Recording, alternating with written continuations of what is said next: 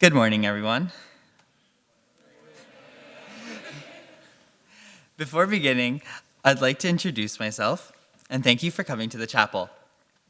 My name is Garnet Shuker, and I'm from Whistler, British Columbia. November 21st, 1999. For those of you who do not know, I'm adopted from a small country called the Republic of Georgia. I was born into a family whom I don't know. The family consisted of a mother, father, two brothers, one sister, a pair of twins, and then me. At the time, Georgia was a very unstable country. War, poverty, and not enough food to feed their own people were just some of the problems the country was going through. Unfortunately, before I was born, the pair of twins passed away to malnutrition. When I was born, a decision was made. Only 15 days after being born, my parents gave me up to a foster family. Sasha and Gala, who were both engineers, couldn't find jobs with the turmoil the country was in, so they settled on raising children who weren't as fortunate. They became my foster family. The year 2000. Another one of Sasha and Gala's jobs were to make sure they could find us a home. I believe in fate because back at home in Canada, a family was looking for another. Elizabeth Chaplin and Cole Shuker looked for kids in Canada to adopt, but they were never chosen to be the parents of another child. They eventually set their sights internationally. The adoption agency began showing them pictures of children who were available. According to Elizabeth and Cole, I was the first picture they looked at, and the last. Destiny was set. Elizabeth Chaplin and Cole Shuker were to be my mom and dad. When I was 6 months old, Mom and Dad both came to Georgia. They needed to sign legal documents and make sure everything was okay. While out on a walk, my father had a little boy come out to him begging for money. My dad pulled out an American dollar bill and went to pass it to the child. While this happened, up to at least a dozen other children ran out to my father and started begging for money, pushing the other child away. An old man walked by and saw what was happening, so he rushed in with his cane and yelled at the children to scare them away. Immediately, the old man turned around and yelled at my father, telling him not to do that again. The most logical explanation for the reason not to give children the money is so they don't fight over it, because often some end up hurt or even dead. One of the main reasons to come to Georgia was to sign legal documents with the government. One day, my biological parents were supposed to come and witness the signing of a document and also meet my family. However, they never came. Only Sasha and Gala met them, but because they supposedly just dropped me off and left, they didn't get much information. Only my biological mother's first name is known. Her name is Helen, which is the same name as my mother's maiden name. And another fact, which was that she's 37 years old when I was born. A month later, and it's time for me to leave Georgia. Being only 7 months old, my mom brought a baby sling that she could wear, and I would be seated on her chest. However, I outgrew it, and my mom had to carry me between her arm and her hip.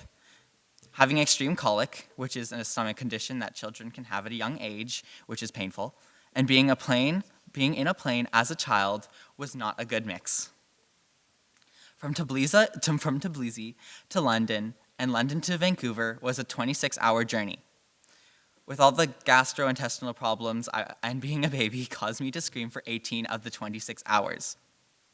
From Tbilisi to London and through the airport in London and halfway back from London was a baby, crying and screaming. Not to mention my mother and I were both in business class. After arriving in British Columbia was somewhat peaceful. My mom, zombified, carrying a happy baby out of the airport, was greeted by my father and my sister.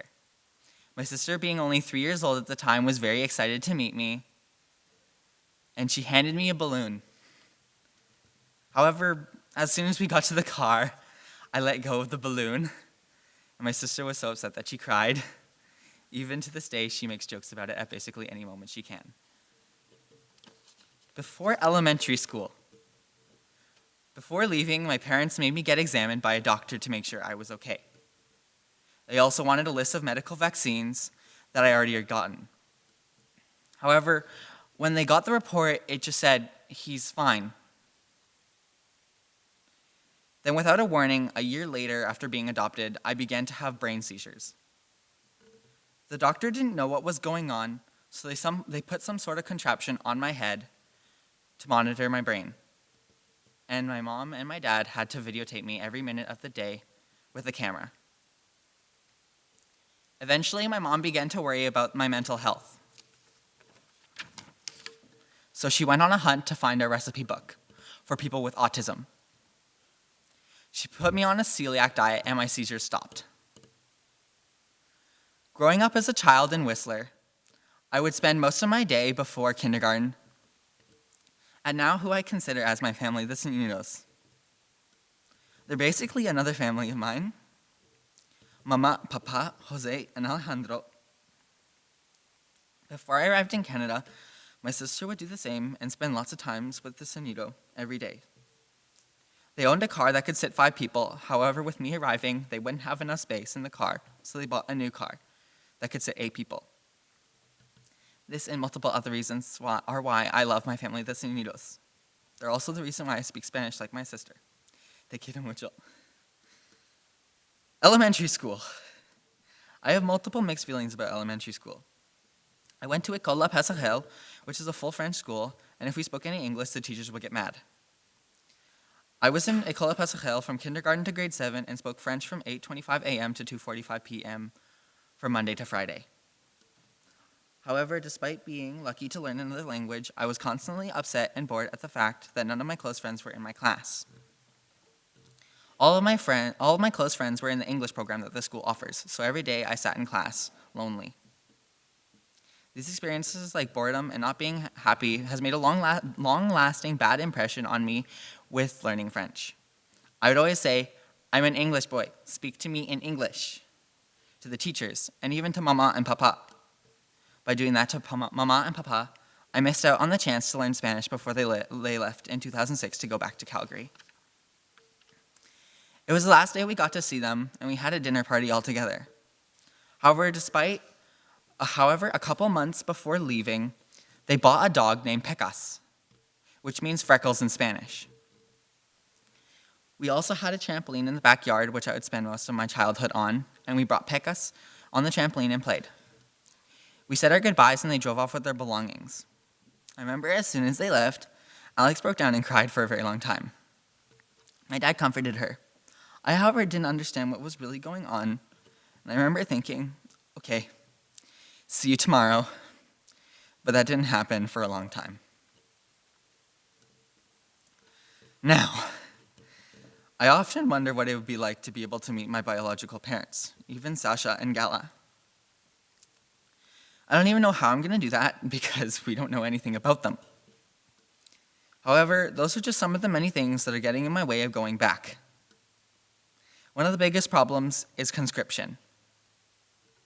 Just to be sure, conscription is a term that means compulsory enlistment for state service, typically into the armed forces. But what does that have to do with you? You have a Canadian passport. Correct. One day, my mom was showing a house for real estate with a couple from Russia.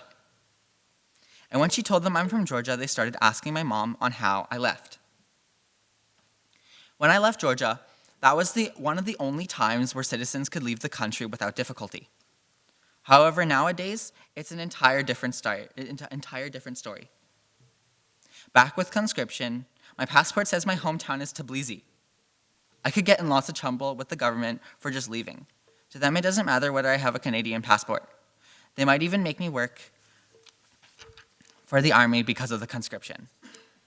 There are rumors about conscription ending soon, but who knows if they're true. Do I even want to meet my biological parents? My supposed family? Yes. This past summer, I was with my cousin Hinson, and we both began to talk about this exact subject. Out of nowhere, she said, "I'd like to make that journey with you." implying she wants to go to Georgia with me to meet my biological parents. Her saying that made me very happy to know I have a family that loves me. Another thing I wonder about my adoption is, why did my parents give me up? I've always thought about this, truth or false, but I believe my parents gave me up because they love me too much. While it sounds strange, by loving me too much, they didn't want me to live the same life as they did. Even if they had never been there for me, there's something my biological parents have taught me, and it's to use your one life wisely. Back in Georgia, I could have been entirely different. I could have hurt others. I could have never gone to school, and possibly never lived a fulfilling life at all. Being adopted was the best decision in which my biological parents have ever made for me. I want to return to see them someday to show them that they made the right decision. What if they had more children? What if those children were adopted too? I want to be there for that family, and it's my journey to make. I want to know what they're like, and finding my family has always been a dream. It may be impossible to meet them, but one thing's for certain, I have to be internally grateful. I got to grow up and be loved by the best family I could have ever imagined having. I got to go to school and come to Appleby and meet all of you. There's one part of my chapel speech I want all of you to take home. Live your life with content and completion, because you only have one chance and one life as who you are. That's what my biological parents would want for me. They would want me to be happy. It's why they sent me away. Sometimes you got to look inside yourself and ask, are you truly happy with the way things are going? It's okay to say no. No, they're not. Because then you're not afraid to express yourself. Don't be afraid to tell someone, and don't be afraid to understand that feeling unhappy is normal, because it's what my biological parents did. They realized that for them to raise another child would only cause them harm. They knew it wasn't right, so they sought help. By doing that, they paved the path for a truly happy child. So will you stand and sing hymn 656 with me?